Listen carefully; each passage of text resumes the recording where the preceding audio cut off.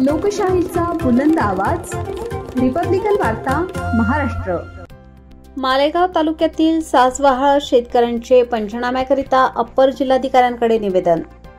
मुसळधार पावसामुळे पिकांचे नुकसान, सासवहाळ शेतकऱ्यांची पंचनाम्याची मागणी। बातमी मालेगाव येथून।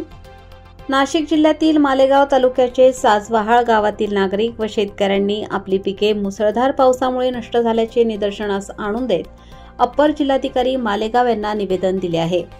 निवेदनात सांगितले आहे की गेल्या 30 दिवसांपासून सुरू असलेल्या पावसामुळे कपाशी, कांदे, मका, बाजरी व इतर पिकांचे नुकसान झाले असून कपाशीचे पीक लाल व पिवळे झाले आहे। तसेच फुलपगडी व कैरी गळत आहे। शेजारील पाडळदे व रोजे गावांमध्ये नुकसानीचे पंचनामे झाले असले तरी सासवहाळ गावात अद्याप कोणतेही पंचनामे झालेले नाही। शेतकऱ्यांनी कृषी सहाय्यक, तलाठी, ग्रामपंचायत अधिकारी व ग्रामसेवकांना विनंती केली असता अधिकारी म्हणाले की वरिष्ठ कार्यालयाकडून आदेश मिळाल्यानंतरच पंचनामा होऊ शकतो। यामुळे शेतकऱ्यांनी अप्पर जिल्हाधिकाऱ्यांकडे पंचनाम्याचे आदेश देण्याची विनंती केली आहे। सासवहाळ ग्रामपंचायत सरपंच सोमंगला भगवान जाधव, शेतकरी साहेबराव जाधव आणि 30 ते 40 शेतकऱ्यांच्या स्वाक्षऱ्यांनी निवेदनावर सही केली आहे। मुसळधार पावसामुळे शेतकऱ्यांच्या हातातला तोंडाशी आलेला घास संपत चालल्याने पंचनाम्याची प्रक्रिया तातडीने होणे आवश्यक आहे। आता सासवहाळ शेतकऱ्यांच्या पंचनाम्याच्या बाबतीत अप्पर जिल्हाधिकाऱ्यांनी कोणता निर्णय घेतला याकडे सर्वांचे लक्ष लागले आहे। सोनवणे बोलतोय। माझे क्षेत्र जे हेर सगळी पाणीनं धरण फुटून ते सगळं सारखं जमीन दोष झालेले, तर मला थोडीशी मदत पाहिजे सरकारकडून, ही आमची विनंती आहे। बोला। मालेगाव तालुक्यातील शेजवाळ इथला शेतकरी असून मी माझ्या शेतात किंवा आपल्या पूर्ण परिसरात पाण्याचं अफार म्हणजे असं खूप नुकसान झालं आहे, पण आजपर्यंत कुठल्याही याची दखल घेतली नाही। कुठलाही अधिकारी येऊन आपल्या चौकशी काही त्याची झाली नाही, तर चौकशी करण्यात यावा अशी मी 2 शब्द बोलून संपतो। मी खलाने गावातून बोलत आहे आणि सायन्य मंडळमधून बोलत आहे।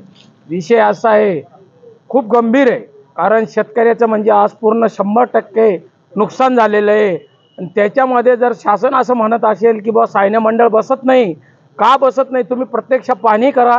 आणि जे आज माझा एक विषय असा महत्त्वाचा आहे, आम्ही ज्यावेळेस विमा भरला आहे त्यावेळेस शासनाने आम्हाला सांगितलं जे विमा भरतील त्या लोकांची दखल घेतली जाईल, परंतु आम्ही विमा भरून सुद्धा दखल तर नाहीच आहे। पण आज रोजी संपूर्ण शेतकऱ्यांचं इतकं म्हणजे 100% नुकसान झालेलं आहे आणि शेतकऱ्याची दिवाळी अतिशय खराब झालेली आहे, कारण त्याचे स्वप्न फार मोठे होते, परंतु स्वप्न सर्व बंगले। आणि शासनाकडे एकच विनंती आमची की आमची जी 100% नुकसान भरपाई द्यावा, ती मी अशी शासनाला हात जोडून विनंती करतो। आणि 2 शब्द जवळजवळ 1 महिन्यापासून चाललेलं असलेल्या अतिवृष्टीमुळे पूर्ण शेतकऱ्यांचं पिकांचं नुकसान झालेलं आहे। वर शासन म्हणतं, मुख्यमंत्री म्हणतात की प्रत्येकाचे शेतकऱ्याचे पंचनामे करा।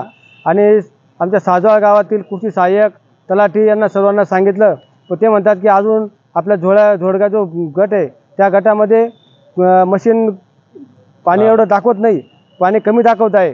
पण आमचं सर्व शेतकऱ्यांचं एक म्हणणं आहे की ते मशीनच खराब आहे। जर आमच्या गावाच्या बाजूला पाडळदे, रोजे ह्या गावांना 108 मिली पाऊस पडतो आणि आमच्या सासवहाळला 56 मिली तो कसं काय पडतो? उलट त्यांच्यापेक्षा आमच्या गावातील पिकं आजही येऊन बघा तुम्ही, पूर्ण पिकं लाल झाले आहेत, कपाशा खराब झाल्या, कांद्यांचे जवळजवळ बरं लोकांचे कांदे वाहून गेले आणि मक्का या पिवळ्या पडलेल्या आहेत।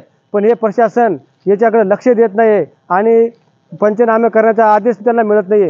तरी आज आम्ही सर्व सासवहाळीतील शेतकरी जमलो आणि चला काय तहसीलदारांना मागे पण आम्ही एकदा बोललो होतो, पण आता आज तर अकबर साहेब, तहसीलदार साहेब आणि कृषी अधिकारी यांना लेखी निवेदन देऊ आणि त्याच्यासाठी पंचनामे करण्यासाठी त्यांना हे करू। पण एक पंचनामे का होत नाही? जर सर्व तालुक्यात होत आहे, आजूबाजूच्या खेड्यांना होत आहे, पण आमच्या या 4-5 गावांना पंचनामे होत नाही, तरी तात्काळ हे पंचनामे झाले पाहिजे अशी आमची आज विनंती आहे। रिपब्लिकन वार्ता महाराष्ट्र न्यूजसाठी प्रतिनिधी Muktaram Bagul, Nashik. Subscribe now and press the bell icon. Never miss an update.